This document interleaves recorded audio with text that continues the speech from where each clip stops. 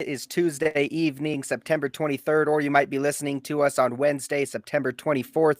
Thank you so much for everyone joining us today from our YouTube Live, from Spotify, Apple, wherever you like to get your podcasts. We are joined here by a guy in a very dark room. LD, it's a little bit dark in there. I think it's just because the way your lighting is, which is fine, but it's nice to have you back on the episode. I'm glad to know you don't hate us. Yeah, it's good to be back. I'm sorry, we're converting a lot with where my podcast room is now that my son has taken over. So last time I was on, it was in the TV room. Today it's in my bedroom. My guess is the next time I'm on, we'll probably be like in the kitchen or the bathroom maybe. So I'll keep you guys posted on the many locations of where podcasting will now take place at my lovely home. But I'm excited to be back. I loved having the opportunity to just educate Maddie. It felt like a very Hayden moment. I said Happy Rosh Hashanah to Maddie, and he said I'm not Muslim. And I was like, that's totally something Hayden would have said, because it's obviously a Jewish religion. Yeah, but I thought it was Russian, but oh my gosh.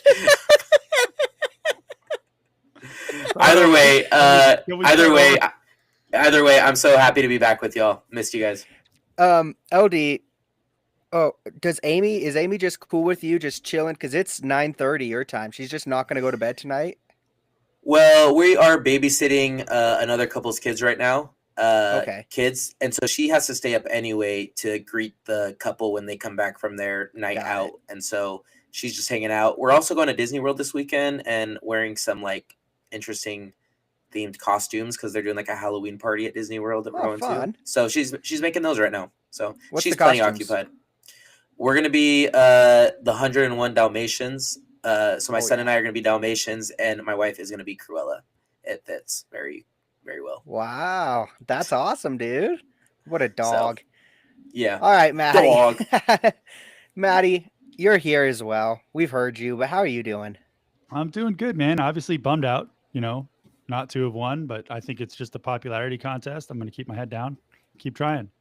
Obviously, you're asking me because if I'm breaking news right now, I was passed over for the Ballon d'Or. Did not get it for the 49th straight consecutive year, but not going to keep me down, year. Man. I wore my green shirt to cheer me up. You're going to have to explain that one, buddy. Oh, I just love green. It's a great color. In fact, I like it more than blue and yellow combined.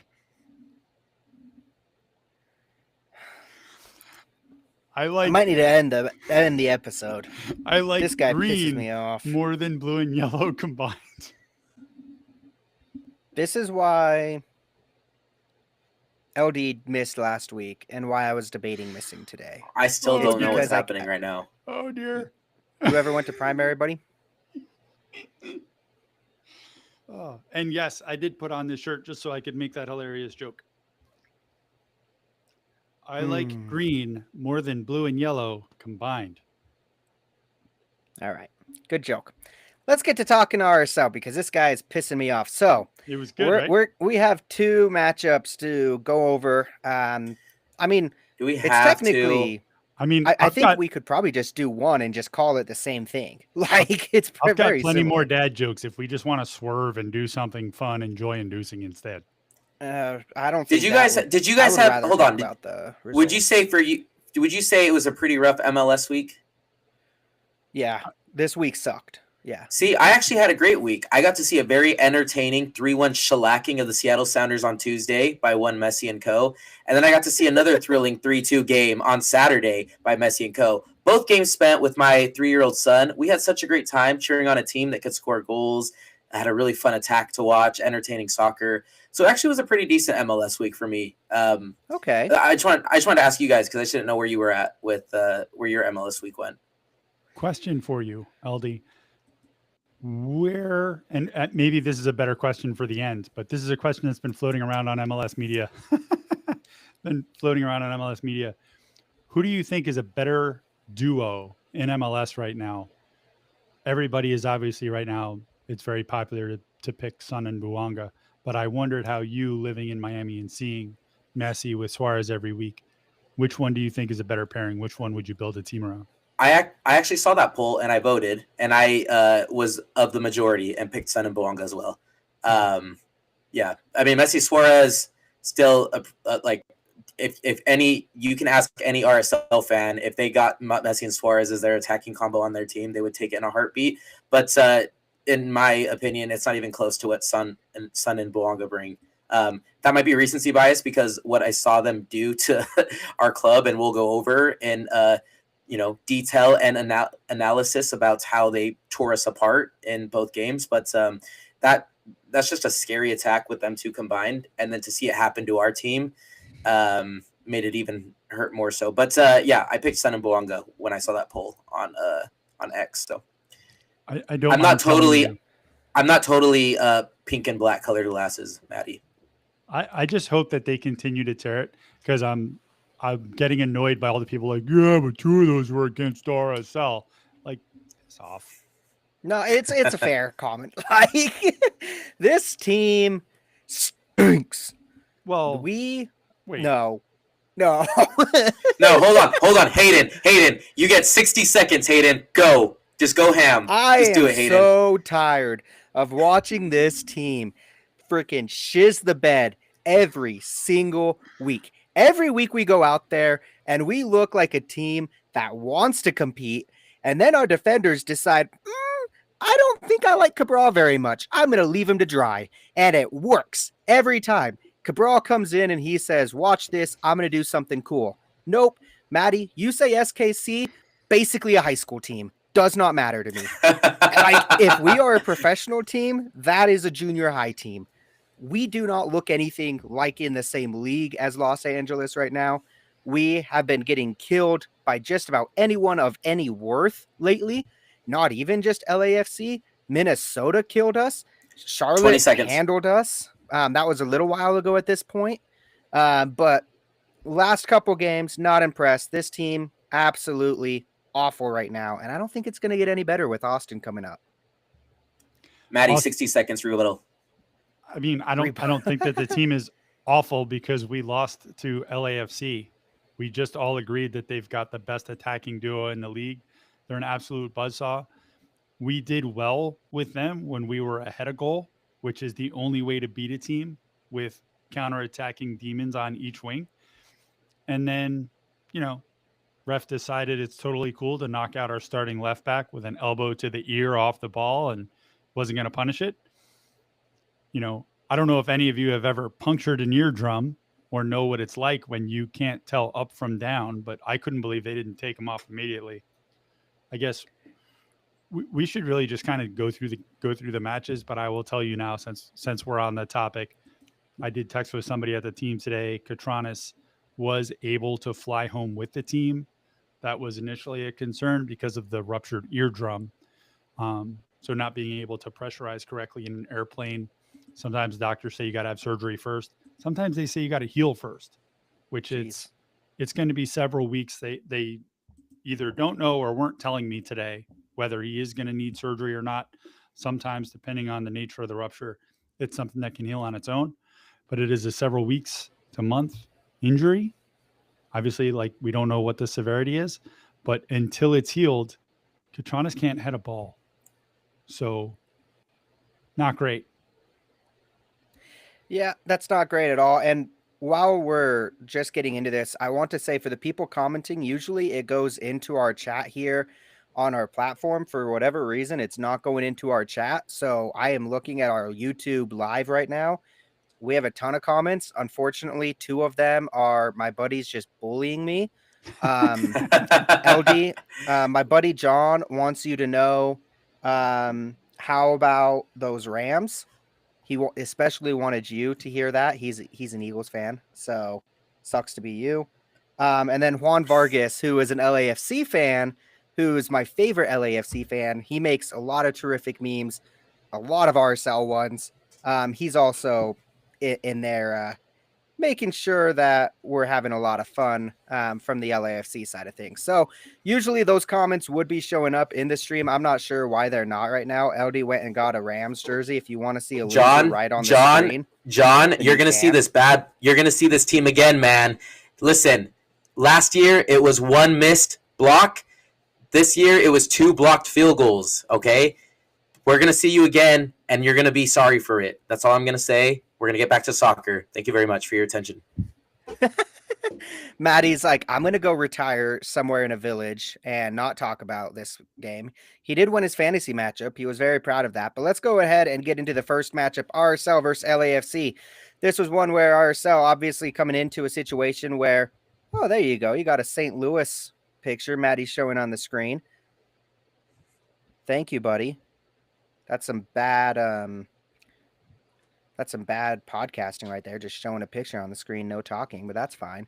I'm going to go ahead and share my screen here. So for everyone being able to see, we're going to go ahead and take a look at this RSL versus LAFC game. It's the first one of the two. The reason that we were playing this game on Wednesday was because they were in the Club World Cup in June. So this matchup was a rescheduled matchup. It shouldn't have been 2-1. Unfortunately, this means that Son was available. He would not have been available had had this game been played when it should have been. Olatunji and Cruz, for that matter, also wouldn't have been available, just for whatever that matters.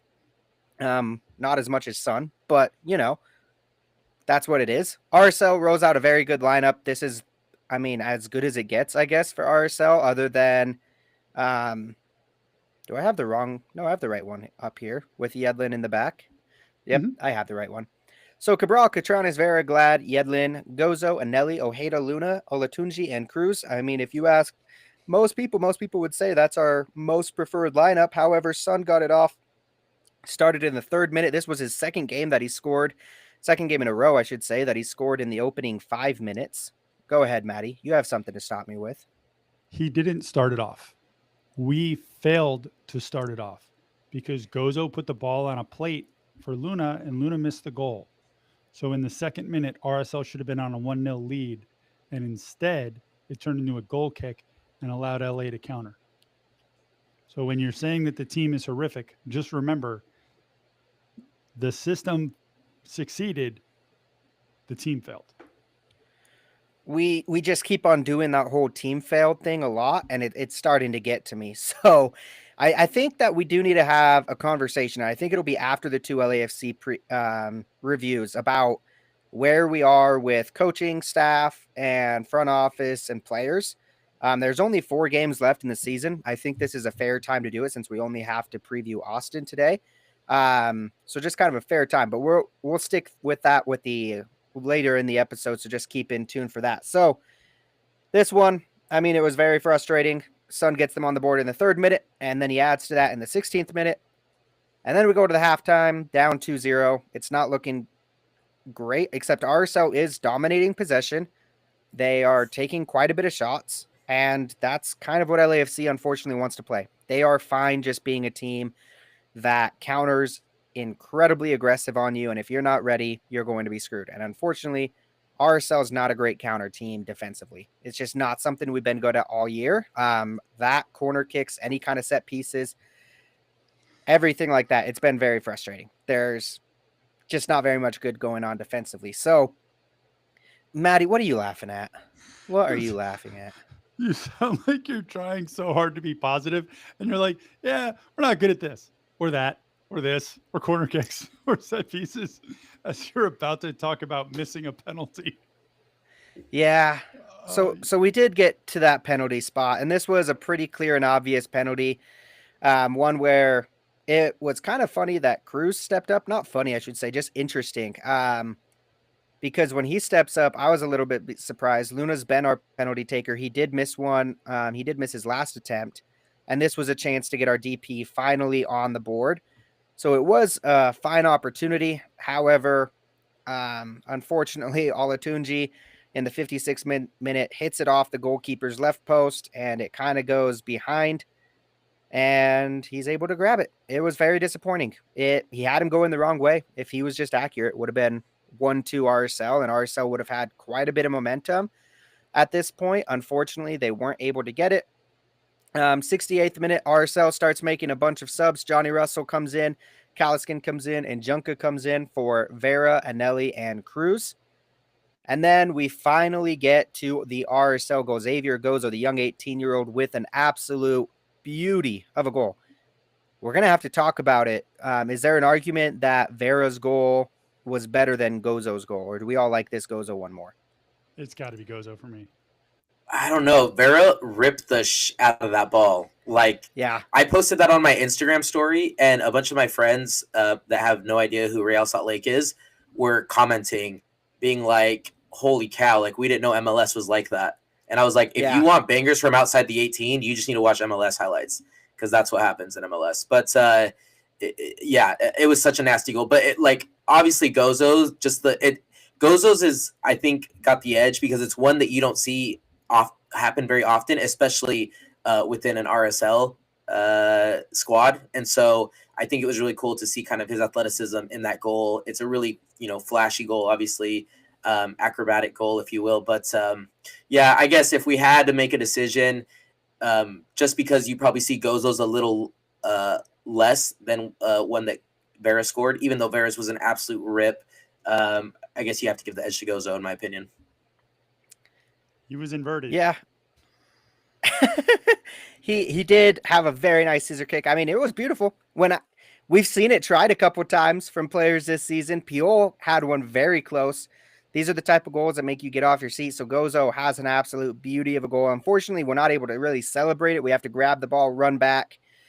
And does it really matter? No, because 6 minutes later, Son gets his third goal. He gets the hat trick. And it's suddenly 3-1. Game is essentially over at this point. Go ahead, Maddie. So I would say that, first of all, for me, the absolute scenes from Gozo's goal was Noel Caliscan. Did you guys see this? Yeah. But head, You go back and watch, and Noel is just like, got to be face of the week. But also, Hayden, and I apologize for doing this to you live while everybody's listening. I just texted you pictures, screenshots from the penalty kick that Cruz failed to convert. In one of them, you can see that Lloris is off his line with both feet before the ball is struck. In the other one, from the other angle, you can see an LAFC player in the box well before the ball is struck. Yet somehow the referees and VAR all contrived to miss it because they were too busy watching The Simpsons, for old people. And RSL doesn't get to retake the kick. Had they gotten that, we're 2-2. Maddie. Yes. I feel like we're going to hear a lot of if, ands, or buts out of you today. If we get this, the problem is we lost 4-1 twice. 100%. I feel like we're going to get a lot of these. And I'm just thinking, you know what? It doesn't matter. We got crazy crapped on twice. Well, there was a bad call in the other game too. There was. And I'm just tired of talking about the referees every week. But these are black and white, stone cold. Penalty has to be retaken for either one, and they both happened. And the people whose job it is to make sure specifically that these two things happened or don't happen didn't notice when they happened. And then, we're losing, but we're playing the game by the laws of the game. I don't know what our opponents are doing and getting away with week after week after week. I'm sick and tired of being on that referee review show every week. Well, speaking of playing by the laws of the game, let's talk about Victor Olatunji in the 90th minute or so. He gets shown a red card, and we're going to just bookmark this spot because we're going to obviously come back to this in the other game. Maddie talked about the missed call. This one, when you see what happens initially, I wasn't like, okay, that's not insane, but I can see their thinking behind it. And then you watch the LAFC game on Saturday and you say, well, now I'm pissed.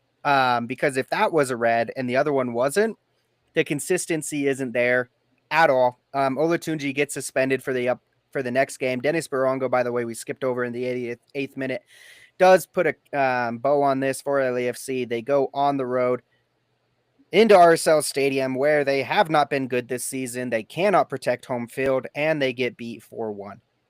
It was very frustrating, but Victor Olatunji was the biggest bad spot for me because it meant that we were going to have to see starting minutes from Willy Agata or Piol, and I was not excited about that.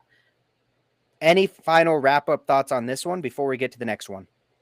I was just curious. I know neither of you were at the game, but did you guys hear any rumblings or see anything on social media, or maybe just from your view from your couch when you were watching the broadcast? Excuse me, what the Sun representation looked like out there. Did we have a lot of the Korean community out there cheering on Sun for LAFC? Because that's been happening a lot, obviously, at all the other games he's been going to. So was curious if that was happening over at the Riot as well. Yeah, there's a huge contingent. And then there was very loud cheers for when he scored 3 times in our stadium. Again, that's 3 times that player scored. So that wasn't fun. But he didn't end there. He did get 3. Don't worry, he's not over. Well, the good news is RSL outscored LAFC in expected goals. Yay. I'm supposed to be happy, right? You guys have been on me all year that I'm supposed to care about this stat. Well, RSL was 3.02, LAFC just 2.36.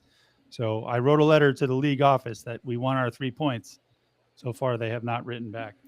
All I'll say is, scoreline aside, when you watch this, I thought RSL created more. I thought they did play a strong game. They played with purpose.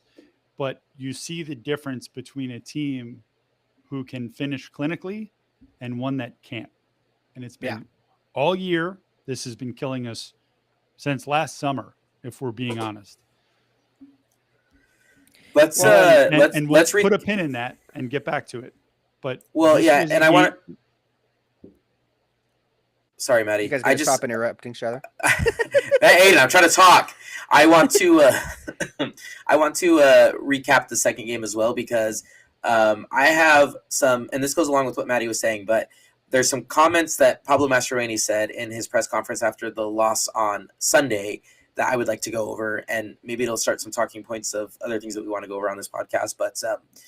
But I do feel like there is a common theme that's happening here with this team, and it makes me wonder if we had a lot of false hope throughout this season, even though we clearly knew this team wasn't a top tier team for a lot of this season.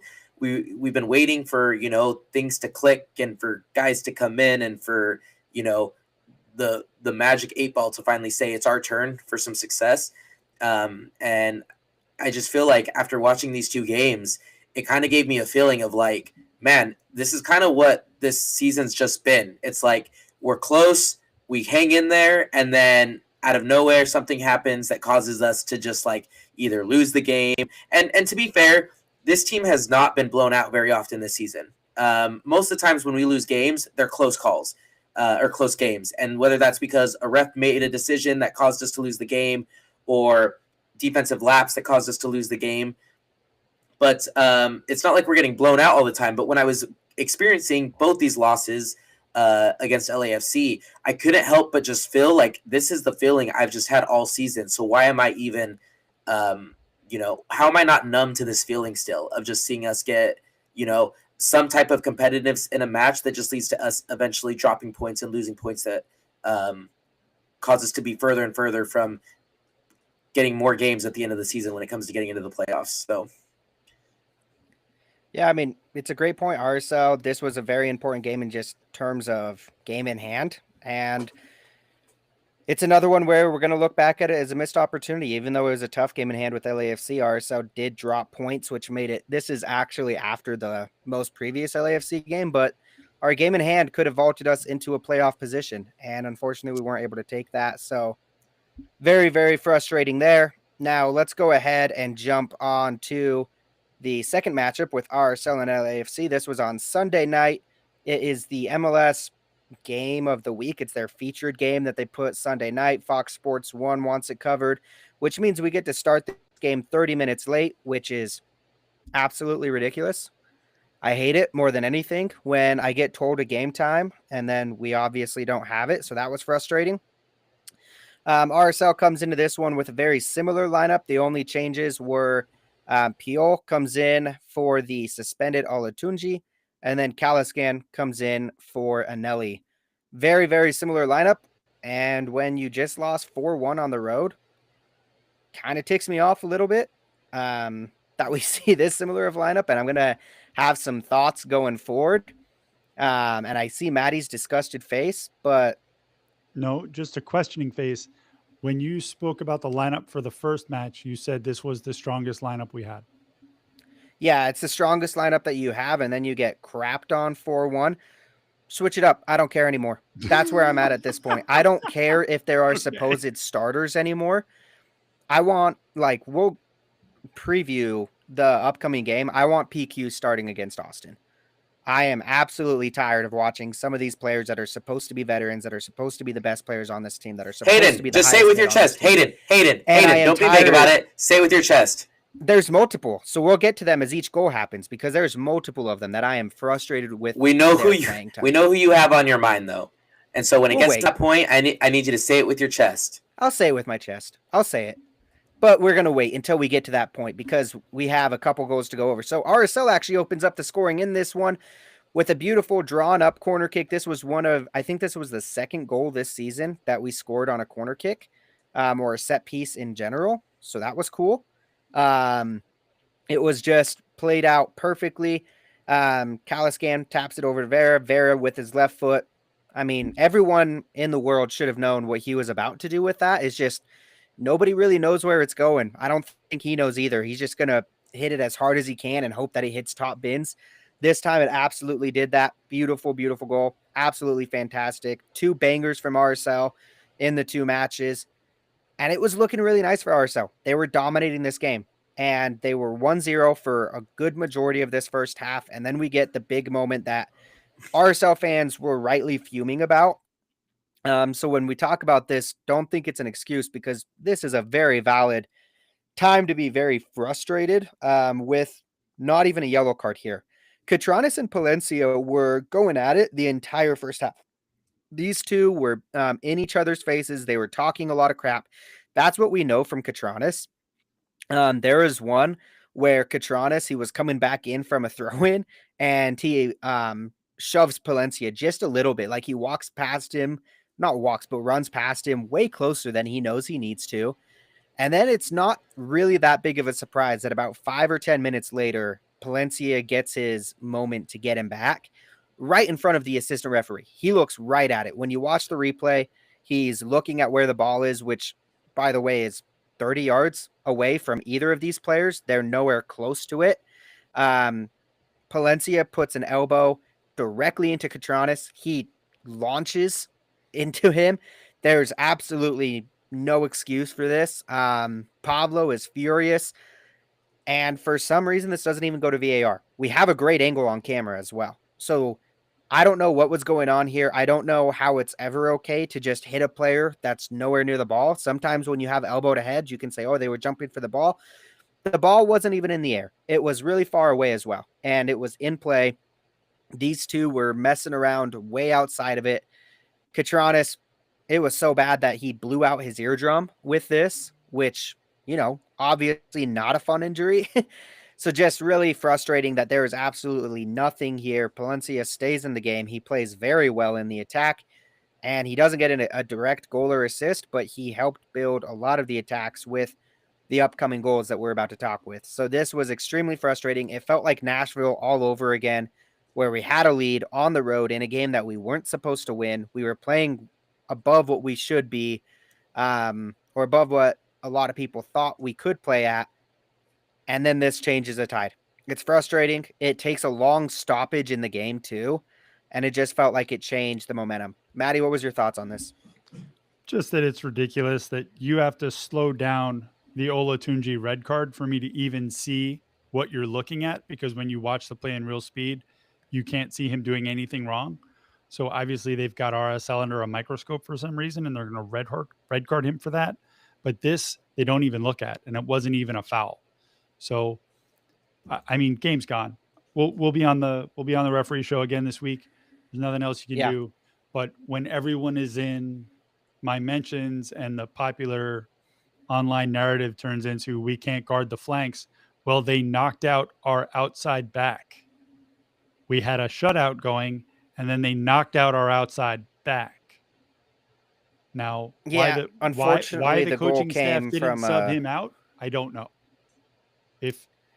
Because think about if you've ever been congested and been unable to equalize the pressure in your ears and nose. That's what Alexandros would have been playing through. Okay, so inner ear balance destroyed. Our outside back is effectively out of the match with 5 minutes left in the first half, and wouldn't you know it, they bang in 2 goals. Yeah, I mean, you took us perfectly to it. So the 45th minute, first minute of stoppage time, Bawanga gets his first in this game. He's able to put it past it, tied up 1-1, and this is the story of RSL this season. You can't close out a half. There's a lot of stories, but this one is probably one of the biggest ones. You can't close out the first half. You can't close out the second half. RSL's been in good positions through a lot of these games, and then they just can't close them out, especially into halves, and it's a lot of weak moments. This one was really frustrating, and then 2 minutes later, you have an absolute beauty of a goal from Son, where I don't even know what you want RSL to do on this. I mean, Martinez passes it to him beautifully, just flicks it back behind him. Ojeda was on him, and then Caliscan was kind of like trailing. I don't know who was supposed to go back and get him. It's pretty hard to defend that. The thing is, he didn't have a good angle. He just shot it anyways, and because he's a world-class player, he beats Cabral near post, and there's really nothing that Cabral can do when it hits the near post and unfortunately goes in. So very frustrating way to end the half. RSL goes down 2-1. At this point, it felt over. It felt pretty hopeless, and I did not think RSL was coming back from this. My biggest takeaway in the first half outside of Catranis, outside of the goals, is I didn't see Piol at all. He struggled to hold up the ball. He struggled to do anything effective. He is a very young player, but he takes up a U22 spot. And as a U22 player, you need to see some potential in games. You can talk about practice, you can talk about anything like that, but we do need to see some in-game potential from him. We haven't seen it since maybe March, outside of one bicycle kick. So it's been frustrating. And I thought, this is hopefully a chance for him to make his mark, show why he deserves a spot for next year, why RSL shouldn't try to find something else with that U22 spot and move on. But I didn't see anything from him in this one. Maddie, LD, any thoughts on the first half before we move on to the second?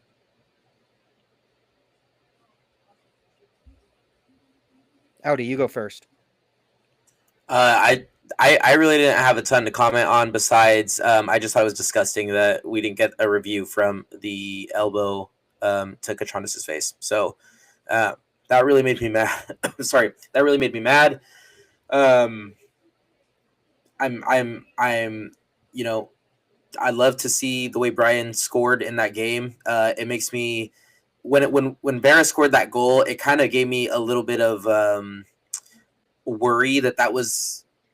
It felt like one of those games where our forwards weren't going to be putting the balls into the back of the net. It was going to take a goal like Vera's to give us any chance of possibly winning this game. And if that is the feeling when you're going in to play LAFC, that never usually works out, to your end very, very, very well. So, I mean, for the most part, we kept it a close game, which was good. Upset about the goal that was, scored right before halftime, but I guess it could have been worse in the first half, and we saw that later of what would come in the second half. But yeah, that's basically my point of view for the first half. I think it just shows the difference between a club that has world-class players on either side and a club that doesn't. Our best player was on red card suspension, our best offensive, striker. I wasn't impressed with Ari or Willie or Cruz or Diogo. So it sure would have been nice if Catranis hadn't been knocked out of the game and we could have gone into the half up a goal, because LAFC likes the counterattack, and when you make them sit on the ball, they're not as good. So if we could have sat back and defended, I would have had a much better feeling. But going in the half down 2-1, I didn't see a way back with the personnel that we had on the field, and I was mostly just sad that Zambrano wasn't on the bench, because honestly, at that point, I would have liked to see him over Willie or Diogo. Yeah.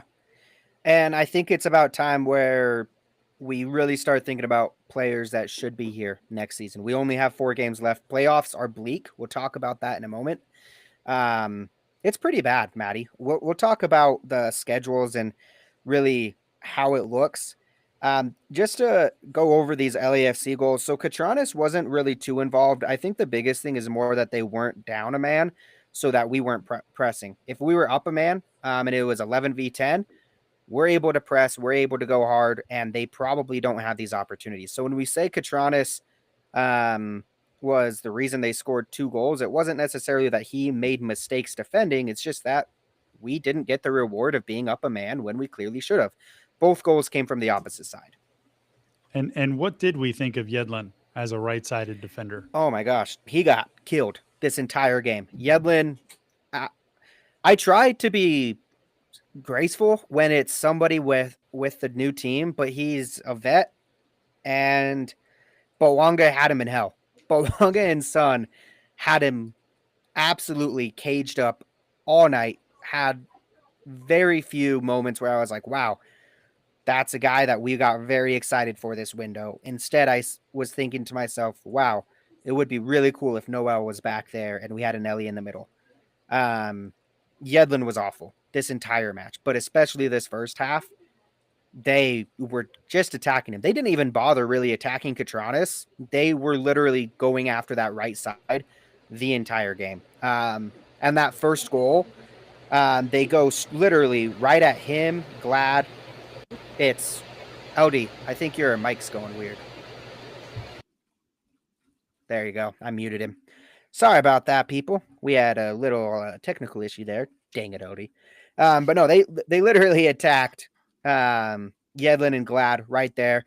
Split him really nice. Very frustrating. The second goal, I mean, with Son, like I said, that one's a little bit more understanding because it takes a worldie to beat us at least. Defensive mistakes aren't as big there. Like, maybe you want Ojeda to be able to close it better. Maybe you want Noel to be able to read what Martinez is thinking. I don't know. But yeah, they weren't able to get it. So we go to the second half.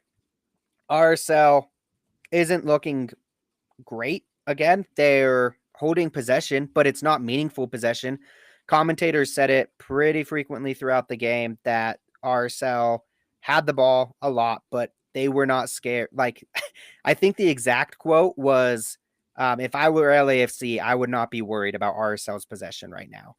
They had a lot of possession where he's just passing the ball around the midfield. No runs going forward. This is where I was very frustrated with Cruz, with Agata when he came in, with Piol. Nobody was making space. Diego was absolutely in hell the entire time. He was just trying to dribble around. He's trying to find guys. Wasn't having very much success. Gozo was trying a lot on that right-hand side. He had a couple of times where he was able to get around.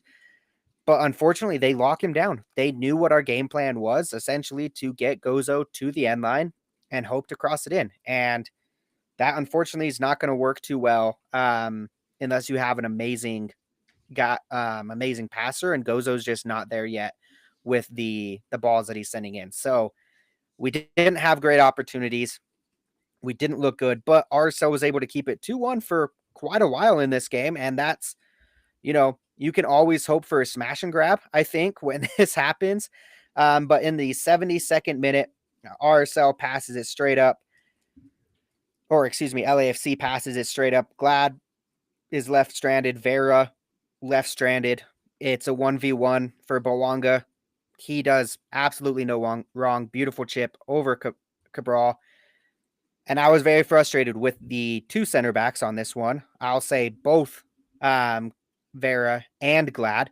But this was one where it's like, guys, you're veterans that have been playing together for a while. How are they getting this much space? You know what this team wants to do. Why is Bowanga on a 1v1? Out of any of the players, why is Bowanga on a 1v1? And why does he have so much space to receive the ball? Why does Son have a ball with nobody within 5 yards of him at the midfield line with a player behind? It makes absolutely no sense. RSL did not mark their guy, the superstars on this team. We can talk about market size, and I actually do want to talk about that a little bit after and how that might help teams like LAFC get these world-class players. But it doesn't help when RSL makes them look like they could play in the Premier League still. They aren't doing this every single week. They did it against San Jose and RSL. Sorry if I'm not that shocked by it. Let's see it against a real team and then I'll decide. But right now, those two defensive teams are some of the most shambolic defensive teams in this league currently. Go ahead, Maddie. Are you suggesting that Son can't score on other MLS teams? This guy I'm suggesting that a hat in trick a game might not be This guy, a goal a was game. a terror in the Premier League for a decade. You don't think he can handle Seattle?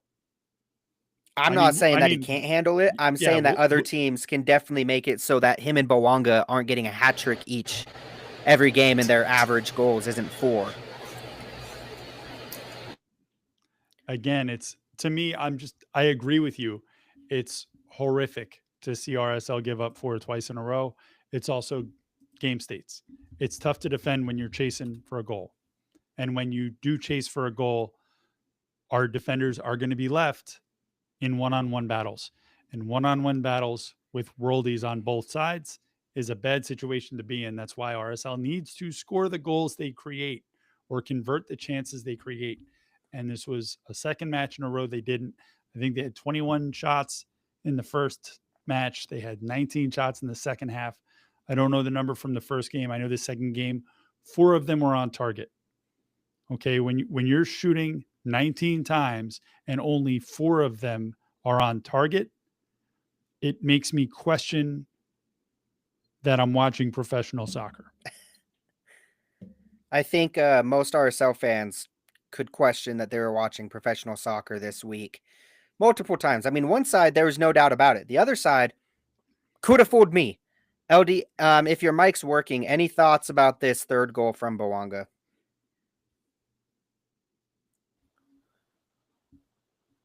It's working. Yeah, it's working, buddy. Okay, we're good now? Seems like it. Okay, great. What was the question again? Just any thoughts on Bowanga's third goal, the 1v1 situation? Oh, sorry. I just have a thought in my head that I want to share. This is just encapsulating everything in general. I think the argument that I have for this team right now is it's really hard. It's really hard for a team to smack another MLS team 4-1 within the span of, 5-7 days, whatever it was that the space was between us playing them, unless the team just isn't good.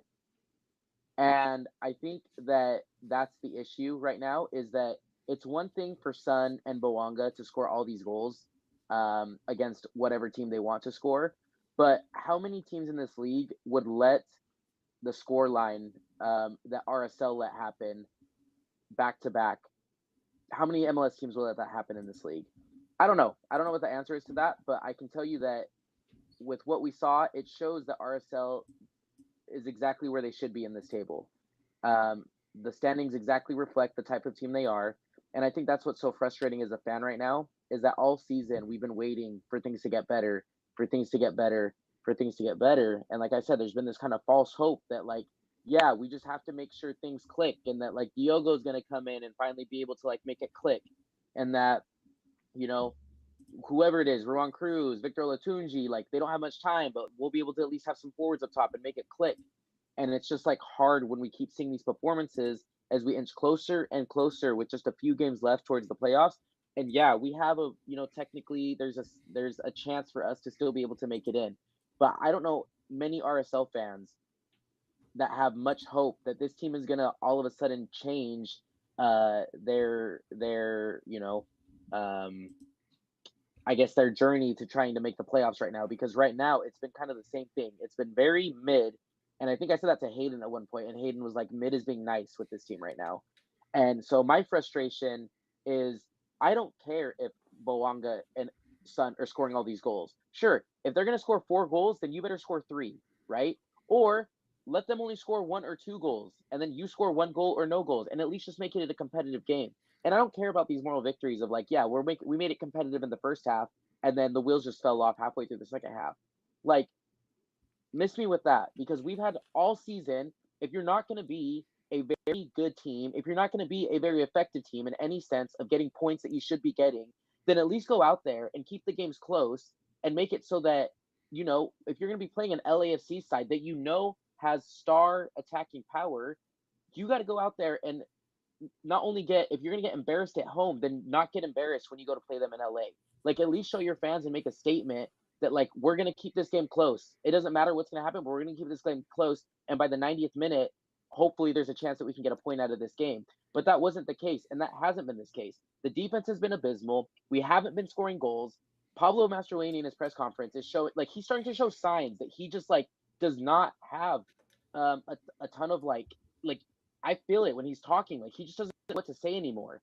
Like he said it all season. Oh, we need belief. Oh, we need to make plays. Goals matter. It's all about moments. Like, and to an extent, we can criticize Pablo Mastroeni and the things he's done wrong, and maybe we can figure out where he's at when it comes to his status as the manager of this team. But at the end of the day, like, these players have to execute, and these players have to go out there and execute a game plan as well. And I think there's not a lot of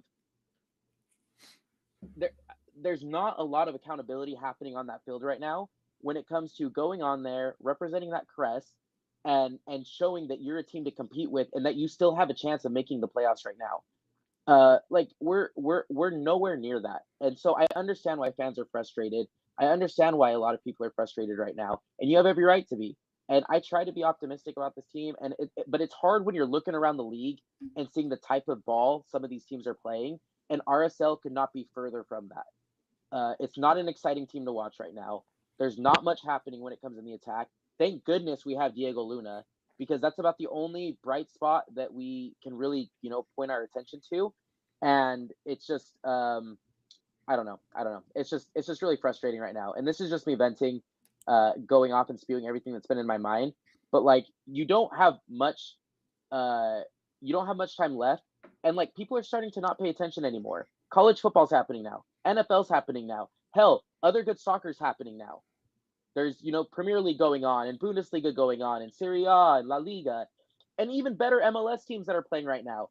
People are losing attention to this team. People are starting to not care about this team. I'm a co-host of this freaking podcast, and I'm losing interest in this team. Like, I had a 50% like desire to want to even record tonight, because it's just like, how, like, yeah, let's talk about how we just got absolutely handled in 2 games back to back. So it's just hard right now to even like show any type of, like, obviously we support the team, but to show that there's any type of promise or reason that we should be even watching these games right now, because it's the same thing over and over and over, and nothing is getting fixed about it. What's your fix? Yeah. Maddie. Or sorry, Eldy, go ahead with your fix. You got one? I missed your question, Maddie. You glitched on my end. What is your fix? Well, my fix right now is well, to Hayden's point, you just got smacked 4-1 in Salt Lake. Why are you putting out the exact same lineup with the exception of the forced substitution that you had to make? Like, I get it, it's your strong side, but like, why are you going to go out there and try to make, the definition of insanity? We all know that quote. Why are you going to go ahead and throw that out there again in LA? Respectfully, you're restating your original point, and my question is, what is your fix? I don't want to hear. We should change new players. Who? What players do we have that are better than the players that started? Tell me what the fix is. That's the point, though, man. I don't think we have better players, so I agree with who you would start. It's the accountable. Let me finish this. Sorry. Yes, Hayden's right. It's accountable. You don't throw your best 11 out, get smacked 4-1 at home, and then trot them out in LA again, thinking that the same thing isn't going to happen. Like, then who? Go position by position and tell me which players you would start instead. Don't keep telling me the problem for 10 minutes. Tell me what you would change. All right, here, we'll go through. LD, I think you and I are very close here on what we would change. My first one, Justin Glad, he's out. He cannot start another game until somebody else shows, hey, you can't also play center back. PQ should have been starting back against Minnesota. I am pissed off that he has consistently stayed in after he had mistakes against New York. He had mistakes against Charlotte. He had mistakes against Minnesota. And then he's still starting every single game. I get that it's Philip Quinton or Kobe Henry. And guess what? I don't care if they're worse. We're going to lose games. That's just the fact. We are not a good team. I do not want to see the players that go out there. They're supposed to be veterans. They're highly paid and they stink. Sometimes I just want to see guys who might have a different chance. I don't care if they're Monarchs. Show me guys that will actually want to play here for the coming years. Because at this point, it's not about this year for me. We're done. I don't care about what we're going to see for the rest of the season. So I need something different. And to Eldy's point, it's accountability. You go out there and you go 4-1. Justin Glad, my biggest one, should not have started. DeAndre Yedlin, in hell, should not start against Austin. If he's starting against Austin in place of Caliscan, I'm going to have very serious concerns. I get you brought him in. The only reason with Caliscan, or excuse me, with Yedlin that's different is we just re-signed him to a different contract and we do need to give him time. So he gets a small leeway. Small. Not leeway like Victor or Cruz or those guys who are coming from out. Maddie, go ahead. So what I'm hearing is since Katranis is going to be injured, Junk is going to be at left back, Vera's going to be at left center back, PQ is going to be at right center back, and Noel is going to be at right back, which means our entire defensive substitutes bench is going to be Jay Glad and Yedlin.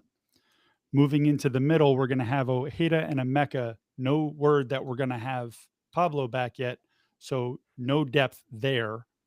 Continue moving forward.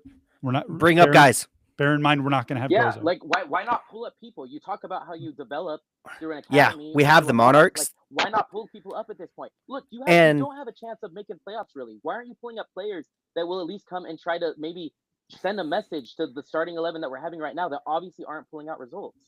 And respectfully, I think that these guys need to be put on the bench when they have bad performances, even if it means some of the guys might not be MLS players.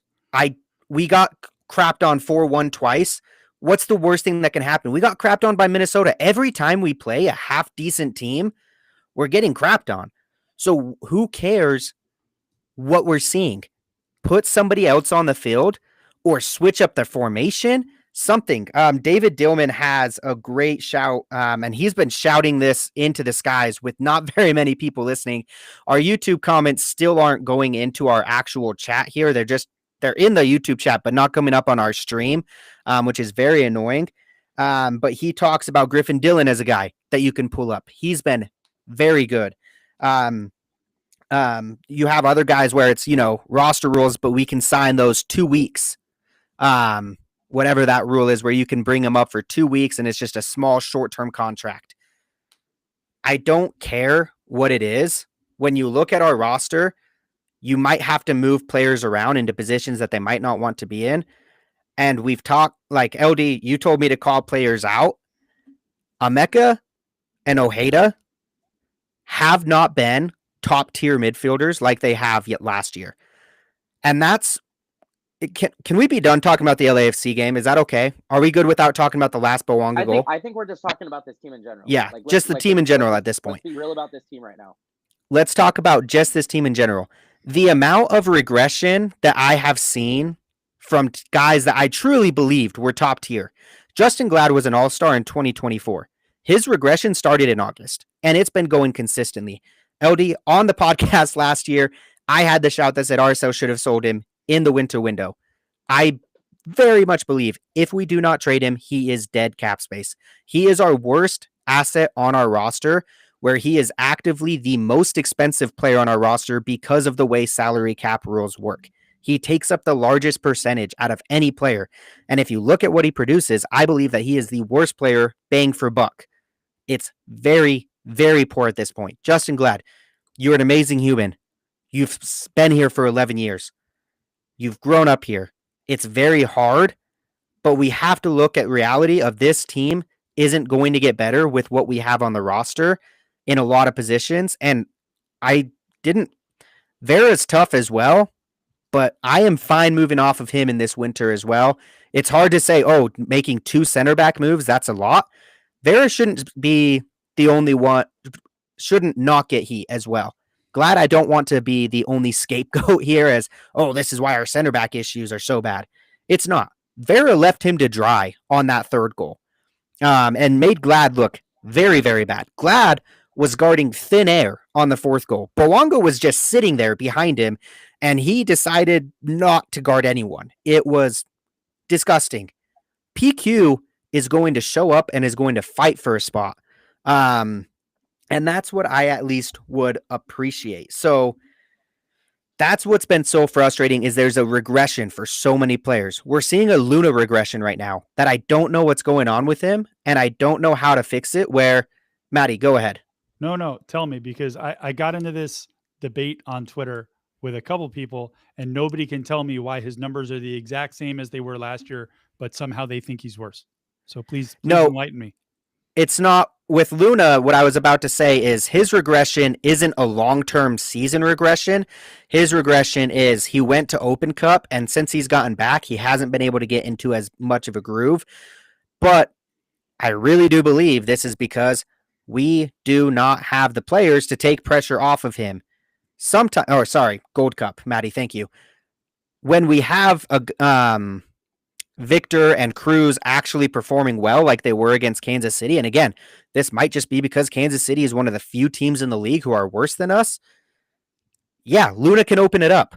But when you don't have those players performing, Luna's going to get botched up. And unfortunately, for the type of player that he was hyped up to be, it is his next step in this game is how do you perform when everybody's eyes are on you? How do you perform when the team entire game plan is shut down Diego Luna? Because I can nearly guarantee the RSL game plan was shut down Bowanga and Son for 2 games in a row, and it didn't work. Now, obviously, it's very much apples to bananas to compare Diego Luna to those 2 players right now at this stage. However, that's the next stage in his development, right? He's been a very terrific player. We know what he is, but he needs to be able to say, screw your game plan. I am going to be a game wrecker. And we haven't seen that from him in a while. Just be a complete game wrecker. Can I pause you there real quick? Because I was looking through Pablo's transcript of his press conference, and this goes right in line with what you said. And again, we can criticize Pablo. I've seen some comments in the YouTube chat about formations he could have switched to, and I agree. I do think Pablo could have been much better to realizing where deficiencies were in this roster and maybe switching up the formations, which is a hard thing to do to transition to a new formation. But like at some point you got to figure out that like we're starting to slip behind the 8 ball here this season, right? Like we got to try something new to get these points. But anyway, this is the first time where I really feel like Pablo is starting to really put it on players, not just putting the ball in the back of the net, right? So he says, yeah, well, I think so. This was the question. I can't remember what the question was exactly, but he's essentially responding to, what led to, essentially, the player's response to not being able to score more goals. And he says, yeah, well, I think that's the whole thing. My conversation with the group was about belief. And I know we love hearing Pablo talk about belief, but he does start talking about like, actually what the players need to be doing. And he says, and we do believe that we're attacking the right way to give us a chance to score, or do we believe that we're attacking the right way to give us a chance to score goals? And obviously, the guys were unanimous, and like, this is not about the way we play. It's about us making plays, and we got to make plays to win. So again, if you look at the stats, that's all we can go by. I'm obviously on the sidelines, but when you have as much of the ball in the final third, when last game, I think 42 touches inside our opponent's penalty box, like you have to make plays, man. I don't know how to explain it to you. Like I can't go out there. We can't go out there and jockey. It's got to be someone that takes a lead, either combination or a cross. So the problem is if we weren't getting any shots, if we weren't attacking our opponent's box, I'd be really concerned with the tactics, right? If they had 20 shots on our goal and we were sitting in front of our goal for the whole game, I'd have a lot of concerns about the tactics. This game is about moments. And I think the guys are getting into good spots offensively, and you just have to make plays. So I feel like he's like admitting there, like, yeah, like he is calling it out. Like he feels like he's putting the team with his tactics and formation, and we can still argue that. I'm not saying that he's right. Like we can put that up to discussion, but he's calling out and saying, I can't go out there and do it for you. You're in a position to score. So if that's the case, why on the game before where you just got smacked 4-1 and those same people aren't making plays, why the hell are you expecting that they're going to make those same plays in the next game? And look what happened. The same exact result. That's all I'm trying to get at. And I think there's a disconnect there. And John Charrington in the chat says something that I really like. Just when you're on a bad team, you got to show that nobody's spot is safe. Every single person on this team after a 4-1 loss should have to show that they deserve their spot. And I think that Pablo is right on the tactics. When you do look at the raw stats on the attack side, not defense side, it's awful. He hasn't gone too much into the stats defensively, but we are absolutely getting wrecked. And Cabral has made it look a lot better than it is this season. He has the best XG against in the entire league. We should have 10 more goals against as of right now. Actually, that was 3 games against. So I'm sure that's up another goal or 2. But I do think Pablo is right.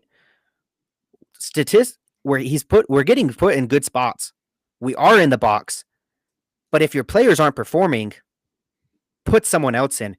I think a guy like Wolf deserves more opportunity. I think a guy where he's going to go in there and give it all he's got. As much as I hate saying it, put Agata back in. Like, start rotating guys. Start rotating guys and taking out guys who aren't performing. If you are not performing and you are not executing, where Pablo says very strictly, hey, the tactics worked. You didn't. Put someone else in. And that's the frustration where I'm at with this team. It's Caleb Turner on Twitter X had a very good tweet where this is the worst season for RSL in just losses since our inaugural season in 2005.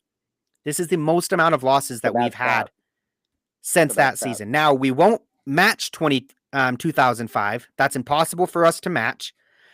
So celebration there. We can hang ourselves a little banner.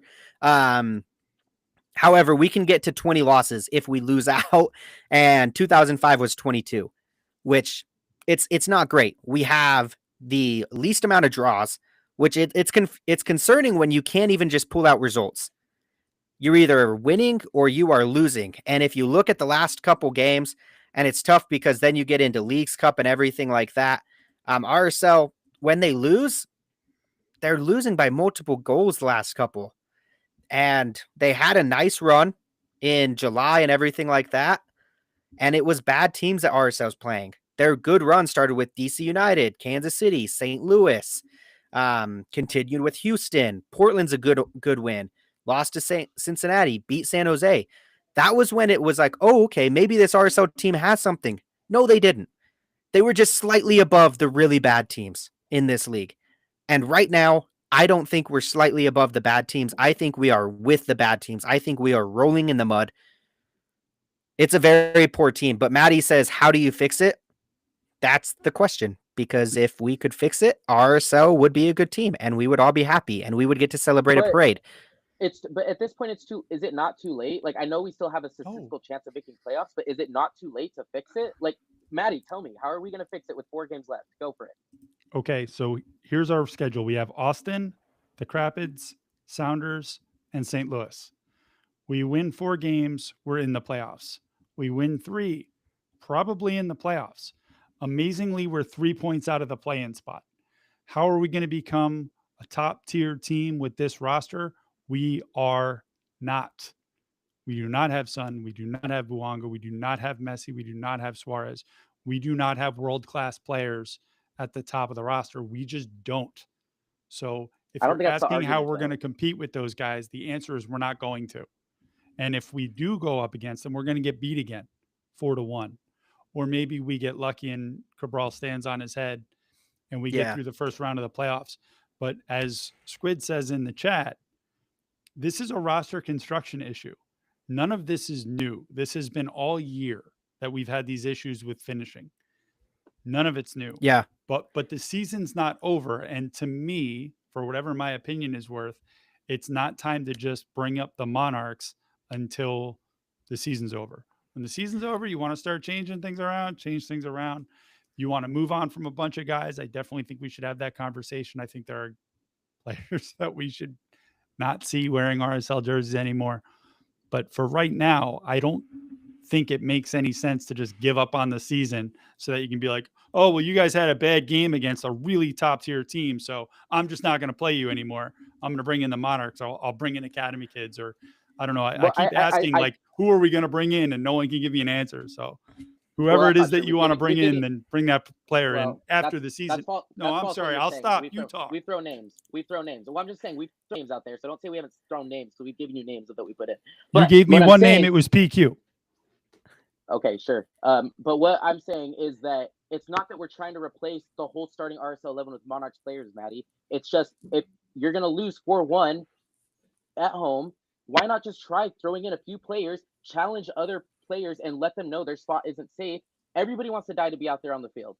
Wake this team up and just show that. That's all I'm asking for. This is a coach that talks about belief and talks about being fired up and wanting to play for the crest. Well, the team didn't show that in Salt Lake, and they sure as hell didn't show that in LA.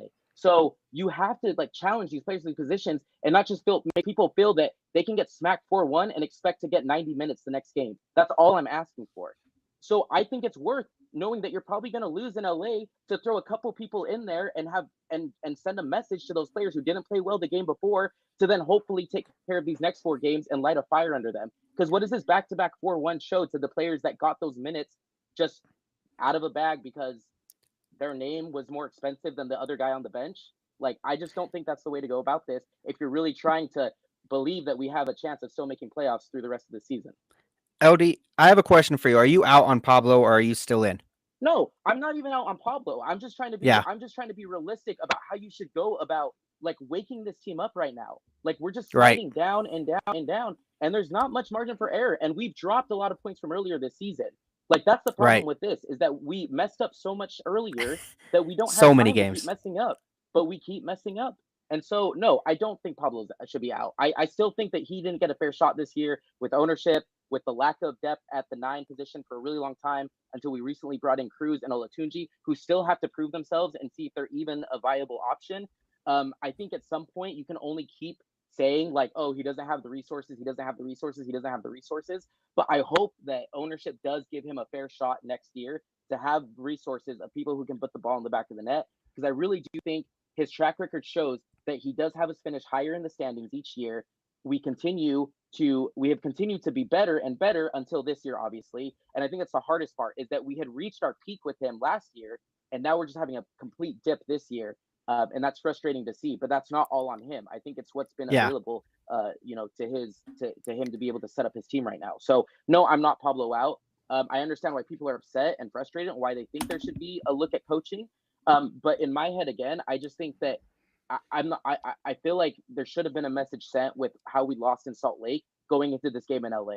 Because let's be realistic, there probably wasn't a good chance that we were going to get the points in LA. And I think we all knew that. So why not send a message and show some other players that could possibly maybe give you something that you haven't seen in a while and wake up the previous players that just got smacked 4-1 in the previous game?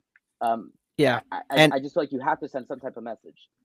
And David Dillman makes a really good point in the YouTube comments that that Sunday would have been a really nice time to experiment with a different lineup, to show guys, especially since we're coming into 4 games, we cannot lose right now. It is playoffs now. Welcome to the 2025 postseason RSL, because you made it. This is it. If you want to get the official invite, you got to go and win the next 4 games. So his comment where Sunday would have been a really good opportunity to experiment and try a different formation, try a different lineup. It's absolutely right, because you could have at least tried to wake some guys up. Now it's saying, okay, do you want to go and risk it and try to wake guys up, or do you want to continue with what should be our best lineup? Because statistically, they're playing well enough to win games, well enough to earn draws. But the moments, as we all love Pablo to say, as it grinds nails on chalkboard, they're not there. So what do you do to get those moments to be there? Where Maddie is asking a fantastic question. It's gotten a little bit heated because we're all very passionate about this team and we want it to get better. But Maddie, you brought up an amazing point that you've brought up multiple times. It's about roster construction. This team isn't there. We've had how many windows of just busts? The last, 3, 4 windows maybe have just been constant bust. The last good window where I would say RSL, you went out there and absolutely killed it, not counting this last window because it's too early to tell with this last summer window, summer of 2023 when they brought Chicho in. 2023, they brought Gomez in the winter. They brought Chicho in the summer. That was the last time I think RSL made moves that were like, yeah, these make sense for our future. They make sense for now. And they've been great. And the guy who made those moves, I had to write a letter to. So I feel very bad that guy's gone because I'm starting to really miss him. Maddie, go ahead. And all I would say to that is please remember when we're talking about what a horrific window fall and winter were, that the ownership was on their way out and they were telling and forcing the front office to sell players and not replace them. Also that we were supposed to have Ilias Manuel, who did his thing. And then what I always go back to, I mean, there's a timeline where our line is being led by Brian White all year. Yeah. You know, Which would be sick. It's just REPO. Like, I understand why people are frustrated with him, but he was supposed to be with the Monarchs all year. You know, But- Forrester Ajago, a player that people were frustrated with, is leading Lexington with 6 goals right now, but he was supposed to be playing there all year. He just had to play here because they didn't bring in anybody else. Yeah. I mean, it's frustrating that we're at this point because, and it all comes down to this. RSL was, Maddie, we talk about, is this team ever going to be able to compete this year? Absolutely not. But the bad part is, and what hurts, is RSL was a competitor. They were in the Supporters Shield race in June of last year. Not only in the race, one of the favorites. They had an MVP. They had everything that they thought they would need. And then you sell Gomez. And LD, Maddie, we had very in-depth discussions about this last year. Is this the right move to win a championship for RSL? And essentially what the conversation came down to is, A, would Gomez actually be good here if he stayed, or would he be pissed off that we didn't sell him? B, what happens if he gets injured, kind of a thing. And would we be able to get our money? And 3, it was essentially, if we sell him now, will we be able to actually use that money to move forward and buy other players? And unfortunately, it's been really downhill. Matty, go ahead. As I recall, his last match was against Portland. That was after he knew there was an offer on the table and had told the front office that he wanted to go. And he was an absolute passenger, like absolutely did nothing. And as I always say, when a player says they want to go, you let them go. Yeah. It's unfortunate. John Tarrantine again in the chat says, I agree roster management is the number one problem, but we have to play the cards that we've been dealt. So it really is, how do you get different guys on the pitch that can perform at a better level than what we're seeing right now? We do have a couple injuries with guys like Pablo Ruiz, who's not able to play, which makes it so you play Noel in the midfield, or do you play him on the back line? There's a lot of things going into it. So RSL coming up against Austin, absolutely must-win game. RSL is at home, for this matchup. Coming in, RSL currently sits at 12th in the West. I accidentally clicked on the screen here. I'll go back. Guess it doesn't matter. It does the same thing either way. RSL has 10 wins, 4 draws, 16 losses. That is, again, the most losses in a regular season since 2005 for the Claret and Cobalt. They currently have 34 points, only 3 points behind FC Dallas. However, they do not have a game in hand on Dallas. We had a game in hand on San Jose. San Jose has been equally as bad as RSL in the last 5. 1 win, 4 losses, just the same as RSL. San Jose decided to choke the bed as well. Their fans sure are pissed. And I thought they would be the ones we are competing with. Looks like it's going to be a mixture of Dallas, Colorado, and Houston that we're trying to go with. Dallas unbeaten in their last 5. They have been very good lately. Might not give us a chance to catch up to them. But as Addie said, if we win out, it's a very big if. If we win out, that's 12 points. 46 points is traditionally enough to get you in the playoffs, especially as that 8th or 9th team. And when you look at one of those teams that we play, it's Colorado. So RSL does have a game in hand on Colorado. They play Colorado as well, which means RSL controls their own destiny into the playoffs at this point, because they also have a game in hand on Houston and San Jose. So to Maddie's point, if you win out, you are guaranteed a playoff spot. We control our own destiny at this point, which... When was the last time we won 4 games in a row? That's what I was about to say. You have to go back quite a while. It's a lot easier said than done to win 4 games in a row. LD is familiar with his Manchester United fan that hasn't cut his hair in a long time because he's waiting for 5 games in a row. Maybe we could start that with Maddie here. Maddie, maybe don't cut your hair for 5 until we win 5 games in a row. That could be a fun tradition that we start here. Top of your head, though. Maybe we see something. Maybe next year. Maybe I next like year it. I take that bet. Yeah. But it's not a good look right now for RSL. So again, have to win this game. Colorado. I mean, if nothing else, that's a pride game. That's one where you have to go and win for the fans. That one, regardless of the result against Austin, Colorado is one where you can't lose. Going up against Austin, this was one of the teams that spent $30 million in the winter window. And if you want to just say throw money at a wall and hope it works, Austin's a great example of why it doesn't always work. We will be seeing the other brother, Wolf. He is very good. He's been lighting it up. So that is a player to watch for Austin in this upcoming game. Owen Wolf, he has 5 goals, 6 assists in 28 starts this season. Again, he's been playing fantastic. Maddie, you are a big fan of him. What are your keys to the match against Austin? 7 assists. The big thing is that they're down a guy, Brandon Vasquez. He's down with an ACL, but they are absolutely on fire. They, in their last 5 matches, they beat San Jose and SKC. They lost to Dallas, then beat Minnesota, and they beat Seattle, both by 2-1 score lines. That's in addition to advancing in the Open Cup. So absolute fire this team is on. It's not a team that I would want to play. He's not going to be on your stat leader list, but keep an eye out for CJ Fodry. He's an 0-4.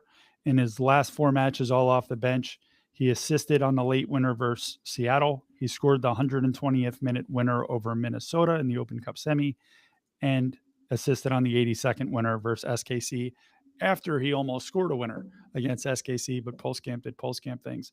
So that's a player that at the end of the game, I would love for RSL to have a 2-goal lead because he's going to do something. So here's the big thing with Austin. You mentioned it. They made it to the Open Cup final. That is a midweek matchup. We are the away game on this one. At Elevation, they then have to play St. Louis. Since they've been hot enough, they are not currently in danger in the playoff lines. They are pretty comfortable right now. I wouldn't say cozy by the fire, but they are relatively comfortable with 44 points. I don't think anybody's going to be able to catch them. We would have to win out to catch them. However, they are trying to get that 5th spot with Seattle. I don't think that they're going to be able to catch LAFC for home field advantage. Right now, it's just seeding with them. I think this is very much a match that Austin could say, you know, for the first time in our short history, we have a chance to go and win some silverware. Prestigious U.S. Open Cup against Nashville. It's at home. Everything is in their favor to win that. I would not be shocked in the least to see this team come out very, very, very rotated. I'm going to go with a prediction of RSL. I really hope that we see a change in the lineup, mainly PQ for Vera. And then I want Junka over, not Vera. I'm sorry, for Glad. Thanks for the confused look, Maddie. And then, of course, Junka for the injured Katranis. Maddie, you said you had an update. Did you already give that update? I forget. On how long? I don't know if I did it on air. No, we don't know. It depends on how severe the rupture is, and I didn't get an answer on that. What I got was they're still working on trying to narrow that down. But it could be season ending. You know, he could be out because he can't hit a ball. That's a shame. That sucks. We'll have to so see bad. how it goes. And also, lest anyone forget, we are going to be without the services of Xavier Gozo. He is off to Chile for the U20 World Cup along with Monarch Marco Zambrano. That takes place the 27th through the 19th of October, which means if when we play St. Louis, it'll be on the 18th. So if the USA makes it all the way to the final, obviously Marco and Xavier will be there through that match, and then they would be coming back for the playoffs if we make it. Otherwise, we can expect them to at least miss the next 2 matches, Austin on the 27th, the Rapids on the 4th, because they are playing New Caledonia on the 29th and France on October 2nd, and then South Africa on the 5th. So great shout. Next 2 games, we're not going to have Gozo, but obviously he has been on fire for us with assists and goals, and I just wish him all the best at that tournament. It's one of those where I'm watching him go saying, why in the world is he going when he could be in a much better environment here, actually. Like you said, this is kind of playoffs right now. But he's going to go. And from all intent, from everything that I'm hearing from Mitrovic's camp, he's going to be playing as a 9. Wow. It's going to be interesting to see that. Hopefully he performs well. I mean, we saw Diego Luna shine on that stage. I have very fond memories because I was literally... go ahead. Mitrovic's name. We say Mitrovic's name out loud on this podcast. He who shall not be named. Is that what we should call him? Diego Luna, though, his World Cup for their U20s, I remember literally being in the hospital while my wife was in active labor watching that game. Not actually pushing, but they said that she was in labor, and I was watching a U20s World Cup game on Fox Sports 2 because just I guess because, and then the very next day I watched RSL in the Open Cup against Colorado where we won. So very good memories for me. Hopefully he does well in this one. LD, your predictions for Austin. I agree with the sentiment that I do think they'll be rotated. So I can see us pulling off a win at home. I would hope, honestly. So I am going to say, let's call it a 2-1 game. No biter is what I'm guessing. I don't know who will score the goals though. Oh, RSL. RSL will win 2-1. 2-1 RSL. Who do we want to take over Gozo's position? Jay Russ. Yeah. I think that's a man that RSL fans would love to see. Pablo, we know you listen to every episode of ours, and we know you take our feedback very seriously. We would love to see some Johnny Russell in there. Hopefully not Diogo, but we'll see what we get. And Maddie, you didn't give an actual score result. Let's get that score result in. I'd like to see a 3-1 RSL victory. I'd like to see Olatunji get on the score sheet. I would love to see Cruz score a goal, but mostly I want to see Luna score a goal. I would say it's either got to be Russell or Wolf at that right side. But also, if we're trying to figure out players that we're going to keep or move on from, maybe we should bring back our DP who's been benched. Oh, him. Yeah. That's him. You mean, okay, yeah. That could be a good idea, I guess. Yeah. Can I get a quick? No, you're absolutely. Sorry, can I get a quick taste test from the two of you on if you're higher on Cruz or Olatunji right now? Olatunji. Oh, Olatunji in a walk. Yeah. Okay, agreed. I think Cruz, his game against Kansas City was his best game in an RSL uniform, and then he ghosted us for LAFC 2 times. It was very frustrating because it's like, all right, you can play against the worst of this league. Let's see you play against the best. He hasn't yet. And I think Austin is a really fair test. But again, I think they're going to be rotated, which just means it doesn't matter. They're going to have to put out a lineup, and RSL is going to need a win. It doesn't really matter who they have out there. If RSL loses this one at home, I really do not think we make the playoffs, because if you're saying that you're allowed to have one loss, I think if we look at the remaining 4 games, we all know where that one loss is allowed, and it's Lewinfield in Seattle. If you're going to say you have to allow a loss, that's the only one that I think makes sense for RSL. But thank you so much for listening to this episode. Oh, Maddie, go ahead. Just so that we can end on a positive note, let us congratulate the Real Monarchs, who clinched the playoff berth for the first time since 2019, when they lifted the cup by defeating LAFC 2 on Friday night. 3-1, first-minute goal from Marco Zambrano. He took it off the keeper's foot, tucked it in from a very tight angle, by the way. Ruben Masalas got the second off a Moisa corner, and then Barea scored in the 94th minute. Alfin was in goal, amazingly good with his feet, by the way. Trace Alfin, we haven't got a chance to see him very much this year, but he is very, very good with his feet. They are next up against North Texas on Saturday night. That will be at 6:30 Mountain Time. North Texas is the reigning champion of MLS Next Pro, but they haven't been very good this year. So should be a fun match. I encourage everyone to watch, if only so you can tell me which of those players belong on RSL the following week. You said the last one you mentioned could be happy to see him back. He's been killing it on the Monarchs. Maddie, that can't be right, though. We clinched a player. How many games are left? The Monarchs? They clinched it with 2 matches left. That's not right. North Texas. Can't happen. Not in this franchise. It needed to come down to decision day. I do not accept this.